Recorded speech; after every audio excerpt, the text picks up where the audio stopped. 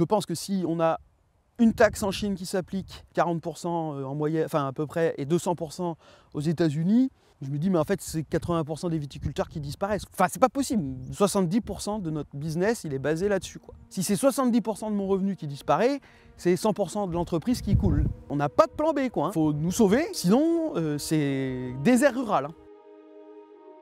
Ça fait une dizaine d'années que le cognac est en perpétuel développement. Il y a eu l'épidémie de Covid. On a réussi à maintenir un semblant de perspective et de dynamique pendant le Covid. Visiblement, c'était lié quand même au fait que les États donnaient de l'argent aux gens pour rester chez eux. Et donc les gens ont gardé un certain pouvoir d'achat et ensuite, une fois que donc, du coup, toute cette économie qui était sous perfusion, ça s'est arrêté, il y a eu un ralentissement économique et donc du coup un début de baisse des ventes du cognac. Suite à ça, on a eu l'annonce, suite au conflit donc, entre l'Europe et la Chine sur les véhicules électriques chinois, pour éviter que les véhicules chinois qui sont plus compétitifs pour le consommateur rentrent en Europe et en France, on taxe. La réaction de la Chine, ça a été « Ok, vous voulez faire ça, nous, on importe beaucoup de vos produits, on taxe. » Il y a l'industrie automobile et les vins et spiritueux. On ne doit pas être la variable d'ajustement d'une industrie qui nous concerne pas. Et en fait, les impacts de l'annonce de cette taxe ont déjà des effets sur les exportations.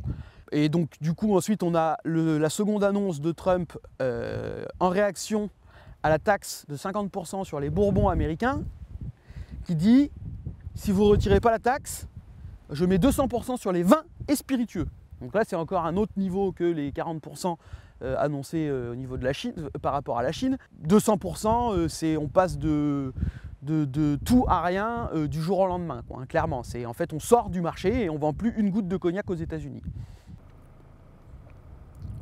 La filière, c'est des emplois directs et indirects, c'est des viticulteurs, c'est des tonneliers, la verrerie, le verre, enfin tout l'écosystème, c'est plus large que ça. Je pense les coiffeurs, je pense les collectivités, les mairies, en fait tout le monde est très inquiet parce que tout le monde a bien compris que l'effondrement de la filière et du cognac, en fait c'est l'effondrement de tout cet écosystème. Notre richesse, elle est là, et si aujourd'hui on a une ruralité dynamique, c'est grâce au cognac. À long terme, l'impact il peut être énorme, quoi. Si 3500 viticulteurs disparaissent suite aux taxes, les jeunes ils resteront pas. Donc ça veut dire que leurs enfants n'iront pas dans les écoles.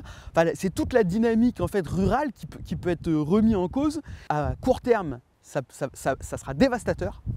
À moyen terme, ce sera dévastateur, et à long terme, ça le sera aussi. On n'a pas de plan B, quoi. Hein. Faut nous sauver, sinon c'est désert rural. Hein.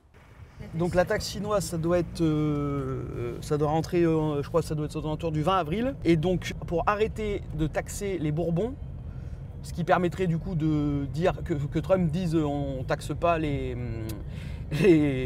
cognacs à 200%, on est dans un pas de temps aussi assez réduit, c'est-à-dire ça doit être 2 mois, quoi. Donc en fait c'est urgent. Il n'y a pas le choix. Il faut décider vite et il faut que ce soit clair, net, précis, quoi.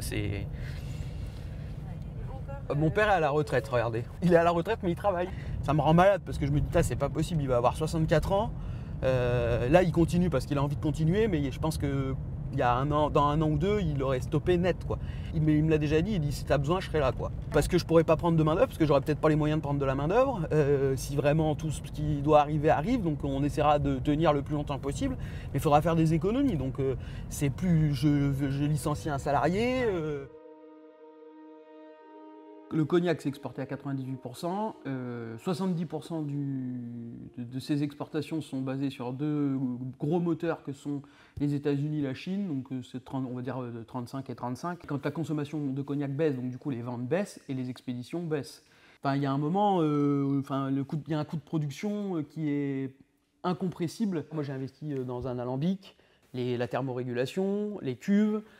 J'ai du foncier, je me suis installé en 2013, j'ai acheté du foncier, j'ai un emprunt, je ne peux pas le supprimer, quoi. C'est qu'il faut que je paye de toute façon. Donc en fait c'est du troc, quoi. On a l'impression qu'ils font du troc avec la richesse un peu de leur pays. On a vraiment l'impression d'être sacrifié. Quand je pars à l'étranger, on me demande c'est quoi la France, et le vin, la gastronomie. Peut-être que dans 10 ans, on ira à l'étranger et c'est quoi la France? Ah bah du coup, c'est plus le vin. Ou moi je peux pas l'accepter.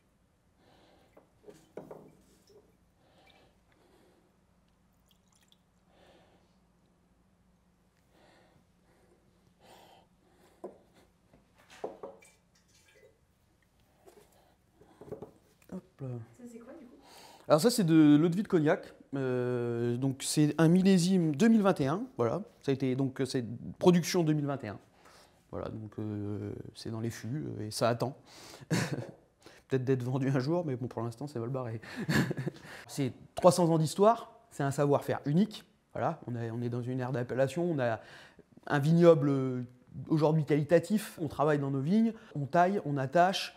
On relève, on voit l'évolution, les différents stades de la vie. C'est tout ça qui fait qu'on est passionné, quoi, pour à la fin le distiller et avoir le produit dans les barriques et dans le verre, là, du coup. C'est beau, enfin, c'est noble, quoi, c'est vraiment, c'est vraiment un alcool particulier. C'est du vin, donc c'est un process comme pour faire du vin rouge, du vin blanc, sauf qu'à la fin, on le passe dans les alambics, donc on a vraiment cette notion de terroir qui est hyper importante. C'est un métier difficile, mais qui est tellement passionnant, parce que tellement varié, diversifié au quotidien.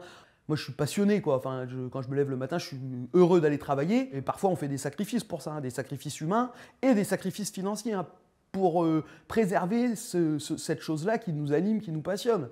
Bon, c'est vrai qu'aujourd'hui, l'exploitation s'est transmise de génération en génération. Enfin, moi, je suis la troisième génération. Et j'aimerais bien qu'il y ait une quatrième génération, forcément. Pour mon père, je me dis, mais si on fond les plombs, mais que, enfin...